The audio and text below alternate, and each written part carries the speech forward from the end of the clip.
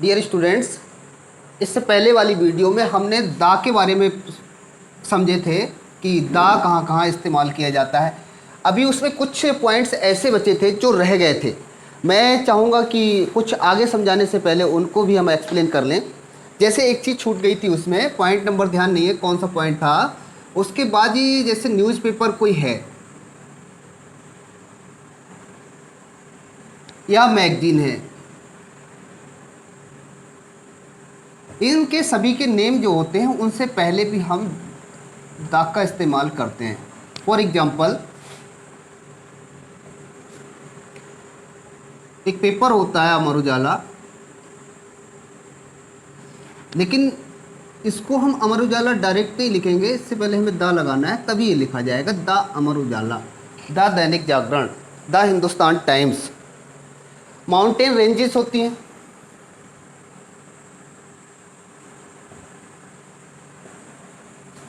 पर्वत श्रृंखलाएं, इनके नेम से भी पहले दा का इस्तेमाल होता है। द हिमालयाज,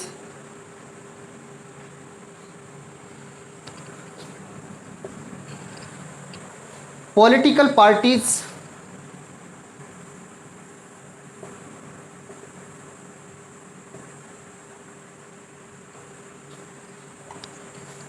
पॉलिटिकल पार्टी, कोई भी पॉलिटिकल पार्टी है, जैसे भाजपा है, बीजेपी, कांग्रेस, इनसे सबसे पहले दा का इस्तेमाल होता है। दा,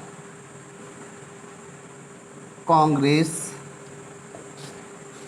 the BJP etcetera. National days हमारे होते हैं कुछ राष्ट्रीय पर्व,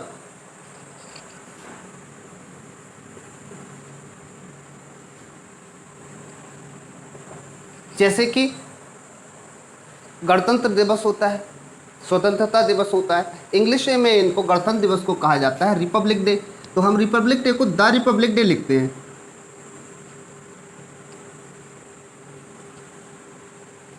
the independence day,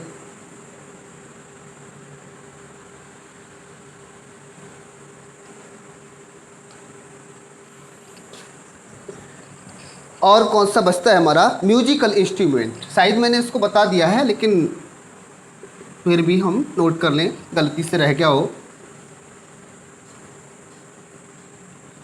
musical instrument, musical instruments जो भी हमारे गायन बजाने के जो भी हैं, संगीत से संबंधित चीज़ें होती हैं, जैसे ढोल है, पियानो है, हारमोनियम है, इनसे सबसे पहले हमें दा का इस्तेमाल करना पड़ता है। जैसे कि ढोल को कहते हैं ड्रम, तो दा ड्रम, दा पियानो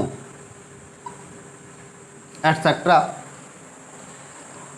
और हमारा ऑर्डिनल नंबर्स, ऑर्डिनल नंबर्स कौन से होते हैं, ऑर्डिनल नंबर्स, इनके पहले भी दा का यूज़ किया जाता है। ऑर्डिनल नंबर्स का मतलब होता है first, second, third, fourth, fifth, six, seventh, eighth, ninth, tenth, 11th, 12th, इस तरह से जो होते हैं। जैसे मैं लिखूं first day of my school, इसके पहले हमें दा लगाना कंपलसरी है, the first day of my school. इस तरह से ये कुछ जो बचे हुए थे, जो पिछली वीडियो में हम लोग एक्सप्लेन नहीं कर पाए थे, वो मैंने यहाँ पर एक्सप्लेन कर दिया है। अब इसके बाद हमारा आता है नेक्स्ट आर्टिकल्स। दूसरा आर्टिकल कौन सा था, वो था हमारा इंडेफिनिट आर्टिकल।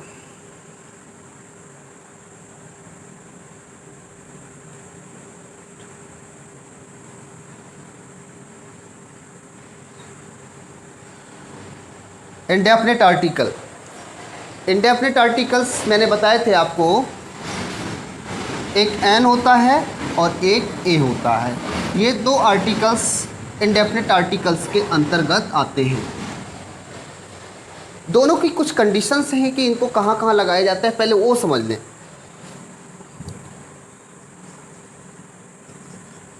सबसे पहले एन को समझ ले रहे हैं, ताकि जो है ए को समझने में आसानी हो जाएगी। एन कब लगता है, before the words which start with vowel sound। ध्यान से समझने की बात यह है, मैंने वॉवेल साउंड लिखा है, वॉवेल नहीं। जब बचपन में हम इसको सीखा था तो हमने कैसे सीखा था, हमारी मैडम ने, हमारे सर ने, हमारे टीचर ने समझाया था, बेटा जहाँ पर ए, ई, आई, ओ, यू से कोई अगर शब्द स्टार्ट हो जाए तो वहाँ पर हम जो है एन का इस्तेमाल कर देते हैं, एन का प्रयोग कर देते हैं। फॉर एग्जाम्पल आंट, अब आंट है, ए से स्टार्ट है तो हम इससे पहले दा लगा दें, सॉरी एन लगा देंगे। लेकिन अब हमको थोड़ा सा चेंज करना है, हमें ये नहीं देखना है, इसका साउंड देखना है, वॉवेल नहीं देखना है, वॉवेल का साउंड देखना है। साउंड कैसे देखेंगे, कैसे समझेंगे, समझ लीजिए आंट दिया है, आंट को अगर हम लिखें तो आंट को प्रोनाउंसिएशन ऐसे करके लिखा जाएगा। ये किससे लिखा जा रहा है, आ आया है, आ किससे बनता है, ए से बनता है, ठीक है ना। तो हम इसके पहले क्या लगाएंगे, एन ही लगाएंगे क्योंकि ये वॉवेल है। आप सोच रहे होंगे इसमें कौन सी नई बात आ गई, ए से शुरू होगा तो ऐसे ही तो उसका साउंड निकलेगा, लेकिन नहीं, ऐसा है जैसे आप समझिए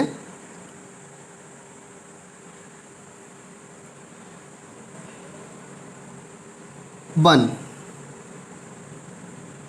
रुपी नोट। अब हमें इसके पहले ए लगाएं या एन लगाएं, ये समझना, ए 1 रुपी नोट या एन 1 रुपी नोट। आपको लगेगा यहाँ पर तो ओ है तो ओ से पहले हमको एन लगा देना चाहिए, ये ठीक है, लेकिन ये तो रॉन्ग हो गया क्योंकि आप इसको देखिए, वन कैसे लिखेंगे, हम लिखेंगे वन, वन आया ये और ये बनता है इससे, तो ये तो कोई वॉवेल होता नहीं हमारे पास। देख लीजिए जब वॉवेल नहीं है तो फिर ये लगाना रॉन्ग है, हमें क्या लगाना पड़ेगा, आ 1 रुपी नोट। और दूसरा एग्जाम्पल मैं समझाता हूँ आपको, यूनिवर्सिटी। हालांकि यूनिवर्सिटी किससे स्टार्ट है, यू से स्टार्ट है। अगर हम इसको प्रोनाउंसिएशन साउंड की बात करें तो ये लिखा जाएगा इस तरह से, यूनिवर्सिटी। अब ये हो गया या से, या बनता है बाई से, और बाई वॉवेल नहीं होता है, ए, ई, आई, ओ, यू वॉवेल होते हैं। तो इस तरह से ये यूनिवर्सिटी से पहले अगर हमें लगाना है तो हम ए लगाएं या एन लगाएं, कन्फ्यूजन ख़त्म है क्योंकि बाई या आ रहा है। साउंड में अगर देख रहे हैं तो या आ रहा है, या बाई से बनता है, बाई वॉवेल नहीं है, इसका मतलब ये इससे पहले ए लगेगा, आ यूनिवर्सिटी, ए यूनिवर्सिटी। तो मैं समझ रहा हूँ ये आपको वॉवेल साउंड के पहले एन लगाना है, इतनी बात आपको समझ में आ गई होगी।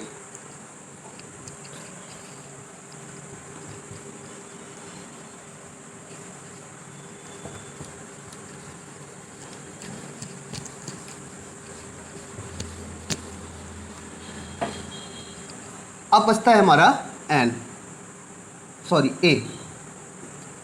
ए का यूज कहाँ करेंगे, व्हेन अ वर्ड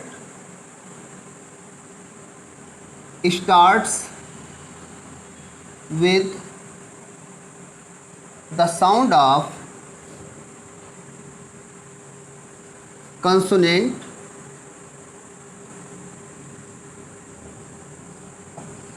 जब कोई शब्द कंसोनेंट के साउंड से, व्यंजन के आवाज़ से शुरू होता है, तब हम वहाँ पर ए का प्रयोग करते हैं। एग्जाम्पल समझ लेंगे,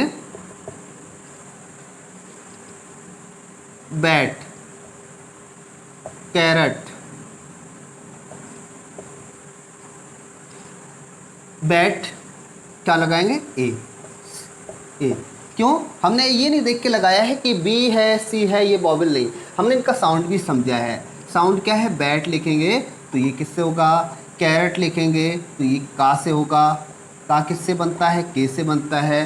तो ये वॉवेल साउंड नहीं है, ये कॉन्सोनेंट साउंड है, और कॉन्सोनेंट साउंड होने की वजह से हम इनके पहले ए का यूज़ करेंगे। Is that clear, I think it is clear. अब देखिए समझने की बात यह है इनका इस्तेमाल कहाँ कहाँ करेंगे। जैसे मान लीजिए दा को हम लगाते थे, ये तो बात हमें समझ में आ गई है कि वॉवेल से पहले तो हमको क्या करना है, एन लगाना है।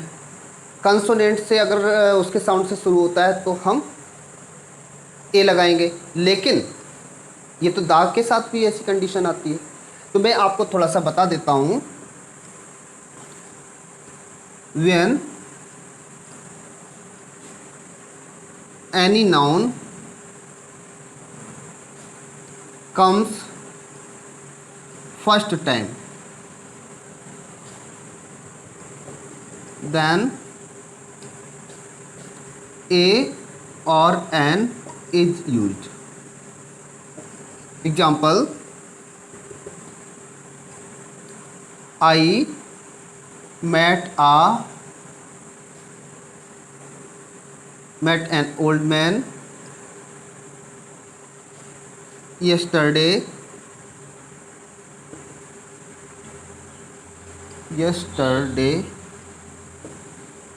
The old man was very weak.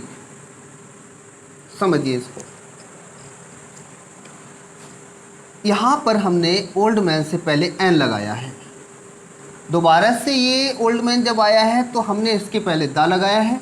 यानी कि फर्स्ट टाइम अगर ये कोई वर्ड, कोई नाउन इस्तेमाल किया जाता है तो हम उससे पहले ए या एन, जो भी वहाँ पर कंडीशन है, उसको इस्तेमाल करेंगे। लेकिन वही जब दोबारा से इस्तेमाल किया जाता है तो वो परिचित हो जाता है हमसे, और उस कंडीशन में हम वहाँ पर दा का इस्तेमाल करते हैं। तो मैं क्या समझ रहा हूँ, ये आपको क्लियर हो चुका होगा। दूसरी चीज़ क्या है, नेक्स्ट पॉइंट ये है एक, यानी कि वन के सेंस में भी हम ए और एन लगाते हैं।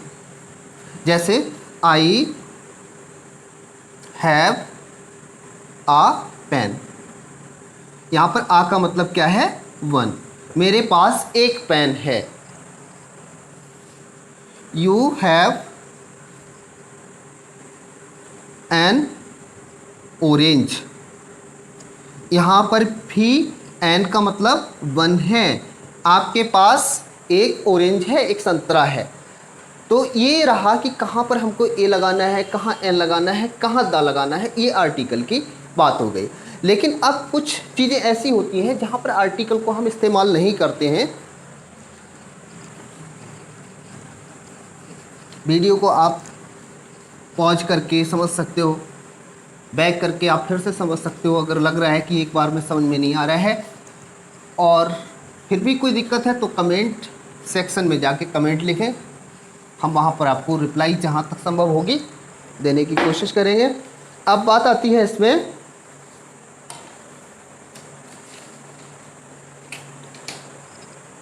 ओमिशन।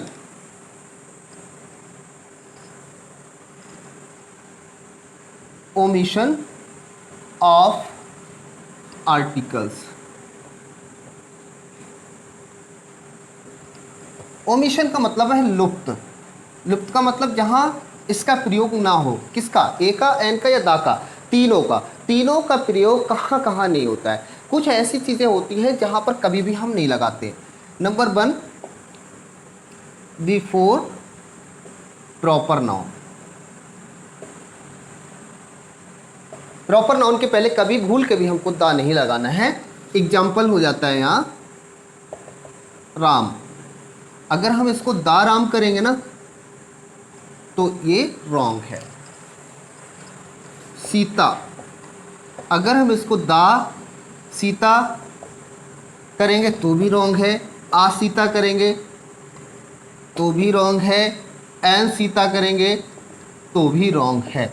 मतलब प्रॉपर नाउन के पहले हमें किसी भी कंडीशन में कोई भी आर्टिकल का इस्तेमाल नहीं करना है। एक चीज़ होती है, इसका जो है एक्सेप्शन होता है।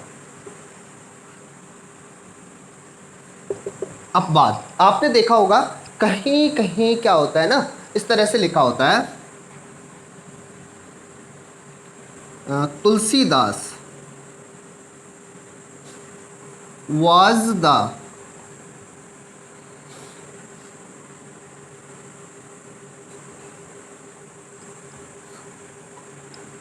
स्पेलिंग गलत हो सकती है, उसको आप देख लेना। Tulsidas was the Shakespeare of India.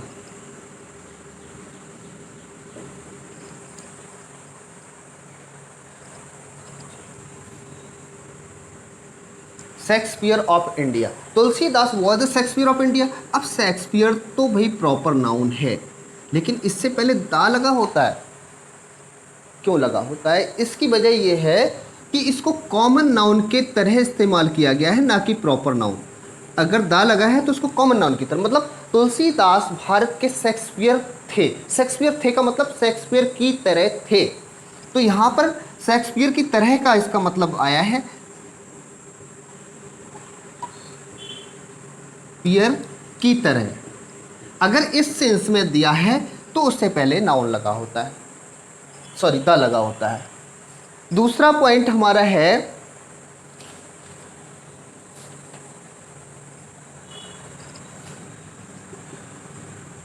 Plural countable nouns अगर दिए हैं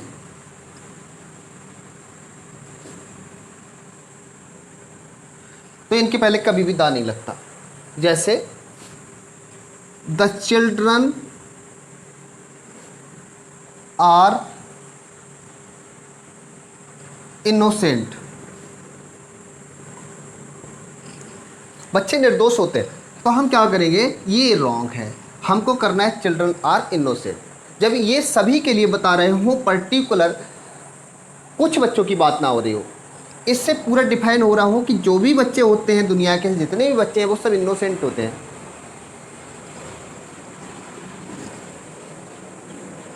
नेक्स्ट पॉइंट है हमारा प्रॉपर नाउन तो हो गया, material noun.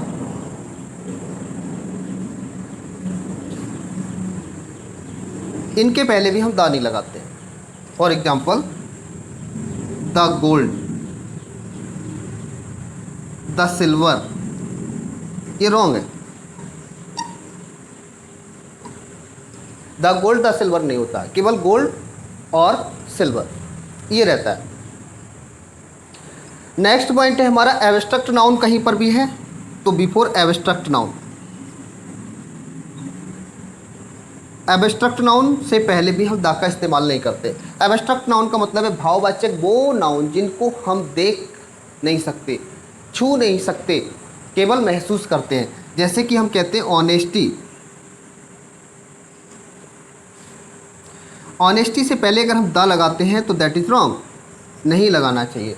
Death, the death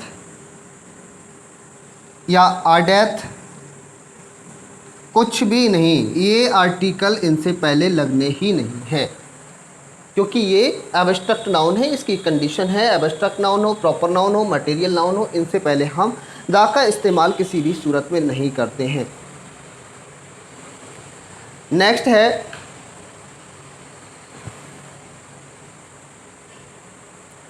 कुछ ऐसे प्लेसेस होते हैं जहाँ पर लोग इकट्ठे होते हैं, लोग जाया करते हैं।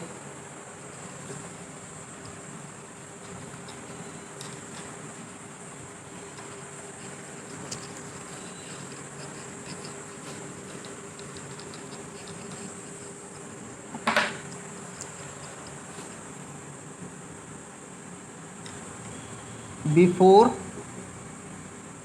द असेंबली प्लेसेस, जहाँ लोग इकट्ठे होते हैं। यहाँ पर जब कॉमन सेंस में अगर वो बात चल रही है तो हम दा नहीं लगाते, लेकिन अगर किसी कॉमन सेंस के अलावा किसी दूसरे पर्पज़ से वहाँ जाया जाता है, जो पर्पज़ वहाँ का मेन होता है उसको छोड़ के कोई दूसरा पर्पज़, दूसरा उद्देश्य के साथ वहाँ जाते हैं, तो वहाँ दा लगता है। जैसे कि द स्टूडेंट्स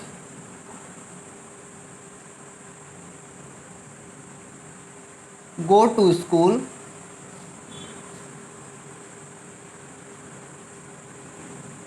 daily,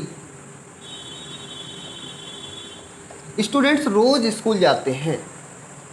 यहाँ पर क्या करना है, क्या हम दा लगा दें? The student go to the school daily ऐसे कर दें तो ये सेंटेंस रॉन्ग हो जाता है। इसकी वजह क्या है कि स्टूडेंट का काम है स्कूल जाने का, पढ़ने का। वो किस उद्देश्य से वहाँ जाते हैं? पढ़ने के लिए जाते हैं। अगर हम इसको ऐसे लिखें, my father goes to school to pick up me. मेरे पिताजी स्कूल जाते हैं, क्यों जाते हैं? मुझे पिकअप करने, मुझे लेने के लिए जाते हैं। ऐसी कंडीशन में हम क्या करते हैं कि उनका उद्देश्य क्या है? वहाँ पढ़ने के लिए स्कूल होता है और उनका उद्देश्य पढ़ना नहीं है, उनका उद्देश्य है कि वो मुझे लेने आएंगे, इसलिए वो जाते हैं। तो ऐसी जगह पर जब उसका उद्देश्य बदल जाता है तो वहाँ पर फिर हम द का यूज़ करते हैं, आर्टिकल का यूज करते हैं। My father goes to the school to pick up me. Next point अगर हम बात करें, जैसे कि इसी में temple, my mother goes to church on Sunday. Mother क्यों जाएंगी? पूजा करने के लिए जाएंगी, शायद उनका यही काम होगा। तो इससे पहले द की ज़रूरत नहीं है, लेकिन मैं कहूँ the police came to church yesterday. अब क्या है, पुलिस वहाँ पूजा करने नहीं आई, पुलिस को कोई काम रहा होगा, कोई दूसरा काम होगा पूजा के अलावा, इसलिए वहाँ पर वो गई थी पुलिस। तो जब उसका उद्देश्य चेंज हो गया है, तो जब उद्देश्य चेंज हो जाता है तो फिर वहाँ पर हम द का इस्तेमाल करते हैं, आर्टिकल का इस्तेमाल करते हैं। नेक्स्ट है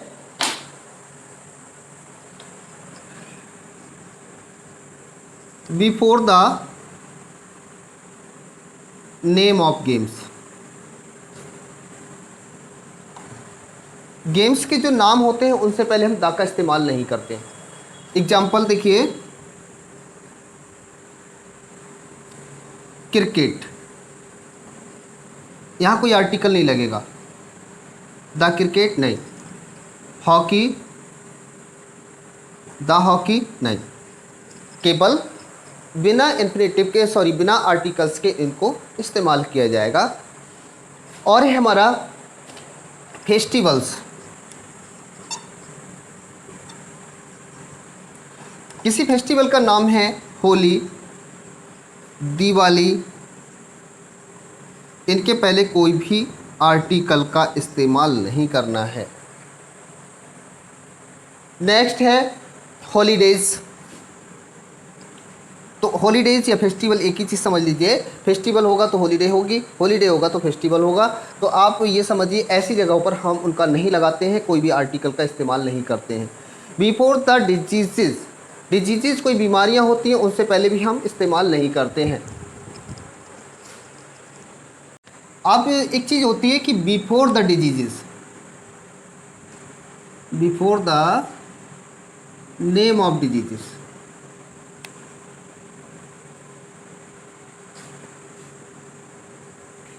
कोई भी आर्टिकल का यूज नहीं होता है, लेकिन कुछ डिजीज़, कुछ बीमारियां ऐसी हैं जिनके पहले द का इस्तेमाल होता है, उनको छोड़कर एक्सेप्ट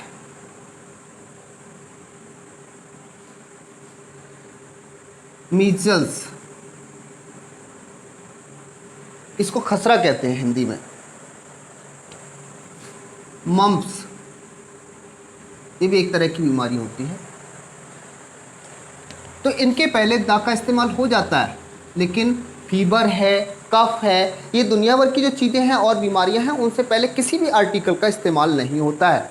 अब एक पॉइंट है हमारा before the name of meals. Meals का मतलब होता है भोजन।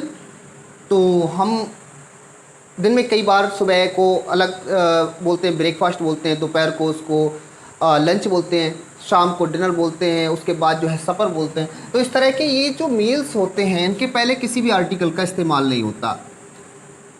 ब्रेकफास्ट।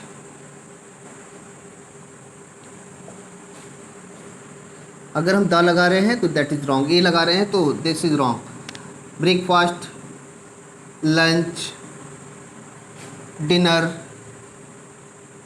सपर, ये जो भी हैं इनके पहले कोई भी आर्टिकल का इस्तेमाल नहीं किया जाता है। Languages, before name of languages,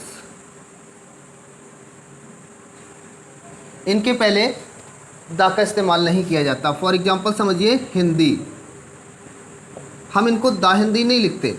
अगर कहीं पर दा हिंदी लिखा है तो इसका सेंस चेंज हो जाता है, इसका मतलब हो जाता है हिंदी बोलने वाले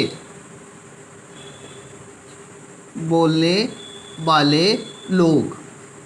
वहाँ फिर इसका हिंदी का मतलब हिंदी भाषा नहीं रहता। ऐसे ही कहीं पर भी इंग्लिश है तो हम इंग्लिश को इस तरह से ही लिखेंगे, द इंग्लिश नहीं लिखना है। अगर द इंग्लिश लिख रहे हैं कि आई रीड द इंग्लिश, मैं इंग्लिश पढ़ता हूँ, तो दैट इज़ रॉन्ग। इसका मतलब हो जाएगा इंग्लिश, द इंग्लिश अगर हम लिखने लगे तो इसका मतलब हो जाएगा इंग्लिश बोलने वाले लोग।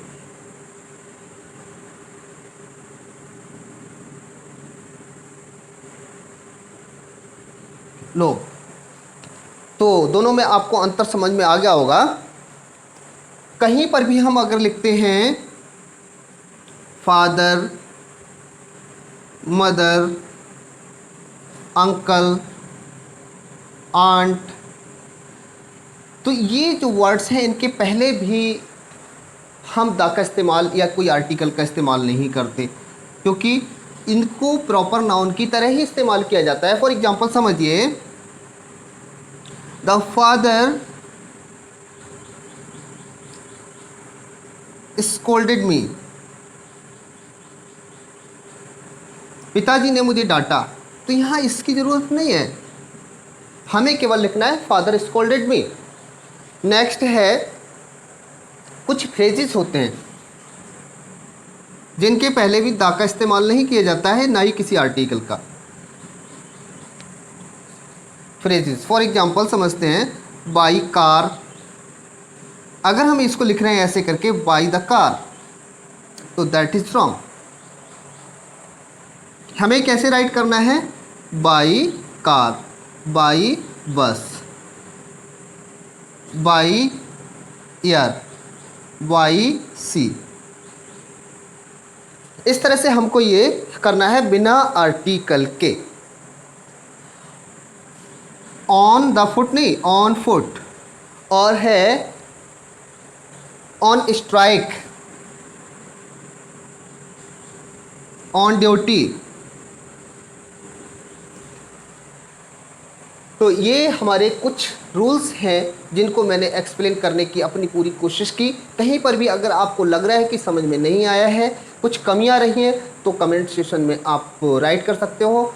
उस सेक्शन में जाकर आप राइट करो कहाँ पे कौन सी प्रॉब्लम्स है, वीडियो को पॉज करो, रिपीट करो, इस तरह से समझो, सारी चीज़ें समझ में आएंगी। जो चीज़ समझ में नहीं आ रही है, जो चीज़ छूट गई है, कुछ भी कोई बिंदु ऐसा है जो छूट चुका है, तो उसके लिए मैं तैयार हूँ, दोबारा से नई वीडियो में इसको कवर कर दूंगा। लेकिन आपके कमेंट सेक्शन में उसको लिखना आवश्यक है, तभी मैं समझ पाऊँगा कौन सी चीज़ आपको समझ में नहीं आई। That's all, thanks.